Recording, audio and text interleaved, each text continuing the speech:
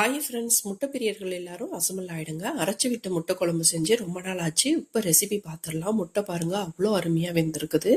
இதோட சாதம், சப்பாத்தி, தோசை, இட்லி, புரோட்டா எது வேணாலும் வச்சு சாப்பிடலாம். அவ்வளோ அருமையாக இருக்கும். 1 டேபிள் ஸ்பூன் நல்லெண்ணெய் சுடனதும் ஒரு பட்டை, ஒரு கிராம்பு, ஒரு ஏலக்காய் நல்லா பொரிய விட்டுடலாம். நல்லெண்ணெய் தான் சேர்த்துருக்கேன். ஒரு பல்லாரி வெங்காயம் நல்லா ஸ்லைஸாக கட் பண்ணது பொன்னிறமாக நல்லா வதக்கிக்கலாம். வெங்காயம் நல்லா வதங்கி வரட்டும். வெங்காயம் இந்த அளவு வதங்கி வந்ததும் 3/4 டேபிள் ஸ்பூன் அளவுக்கு இஞ்சி பூண்டு பேஸ்ட்டு சேர்த்துக்கிறேன். அதோட பச்சை வாசனை போக நல்லா வதக்கி கொடுத்துக்கலாம். புதினா இலைகள் இருந்தால் இப்போவே கூட சேர்த்துக்கலாம். இஞ்சி பூண்டோட பச்சை வாசனை போயிடுச்சு. இப்போது இஞ்சி பூண்டோட பச்சை வாசனை போனதும் 1 டீஸ்பூன் அளவுக்கு மிளகாத்தூள் சேர்த்துக்கிறேன். உங்கள் டேஸ்ட்டுக்கு ஏற்ற மாதிரி நீங்கள் மிளகாத்தூள் சேர்த்துக்கலாம். 3 தக்காளி பழம், 2 பல்லாரி வெங்காயம், கொஞ்சம் சோம்பு, கொஞ்சம் மல்லித்தூள் அரைச்சி வச்சுருக்கேன். அந்த மசாலாவை இந்த மிளகாத்தூள் சேர்த்த உடனே சேர்த்துக்கலாம். சேர்த்து நல்லா கலந்து கொடுத்துக்கலாம். இந்த மசாலாவுக்கு தேவையான அளவுக்கு நான் கல் உப்பு தான் சேர்த்துக்கிறேன்.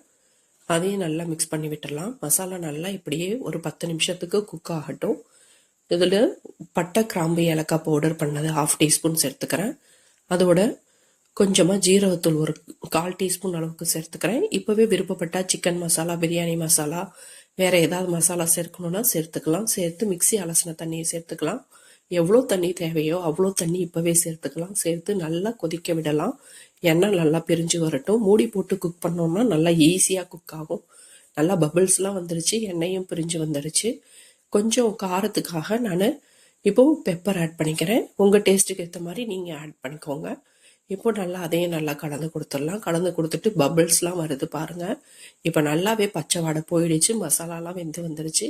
நல்லா அகலமான பாத்திரத்தில் செய்யும் போது முட்டைகள் எப்படி தனித்தனியாக உடச்சி கொடுத்தா அது வசதியாக இருக்கும்.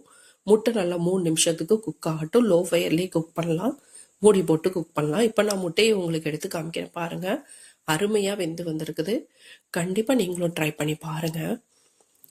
இப்போ எடுத்து காமிக்கிறேன். வாவ், எவ்வளோ சூப்பராக இருக்குது பாருங்கள். சாப்பிட்றதுக்கு அவ்வளோ அருமையாக இருந்தது. வீட்டில் எல்லாருக்கும் பிடிச்சிருந்தது. நீங்களும் கண்டிப்பாக ட்ரை பண்ணி பாருங்கள். என்ஜாய் பண்ணுங்கள். லைக் பண்ணுங்கள், சப்ஸ்கிரைப் பண்ணுங்கள், ஷேர் பண்ணுங்கள், கமெண்ட் பண்ணுங்கள். ஃப்ரெண்ட்ஸ் எல்லாத்துக்கும் ஷேர் பண்ணுங்கள். சப்போர்ட் பண்ணுங்கள் ஃப்ரெண்ட்ஸ். தேங்க்யூ.